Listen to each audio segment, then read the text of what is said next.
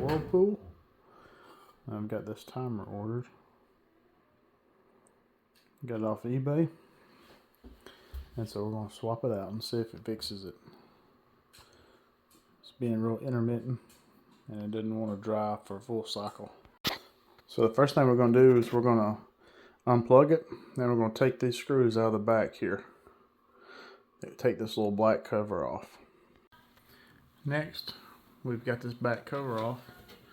You got a screw there and a screw there is quarter inch. And we're going to take that out, make note of our wires, and what we'll probably do is disconnect one, connect it to the new one, and then as we go through and get them all connected to the new one and then reinstall it. So we got them here. We're just going to verify those numbers, make sure everything's correct, and it looks like it is. And so we'll just disconnect from our existing one, connect it one at a time to our new one, and then rehook it. So the handle, the knob just slides off, so you can pull it off to get this out. So we got all the wires hooked back up. Now time to reinstall it and see if it works. So before, this button, when you pushed it, it would not start the machine. So we're going to turn it over. We're going to also see how finicky that is. This also feels better. It's clicking. Before, I don't think it clicked. And that also starts it.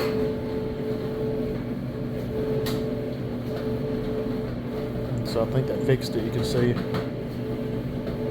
it's not shutting off, where before it was real finicky.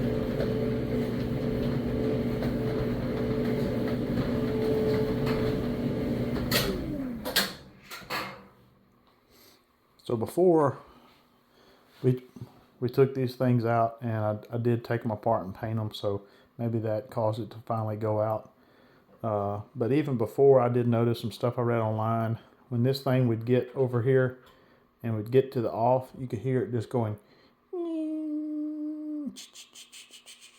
It would make like a ticking noise, or like just a weird winding type, just a mundane little noise, just sitting here kind of idling, and you would have to come over here and you'd have to fiddle with it on the off position to get it to shut off. And so I think that's a sign of the timer going out. And once we took them out and have sheetrock work done, we put them back in after I had taken everything apart and painted it. I noticed the switch being real finicky and not staying on. And so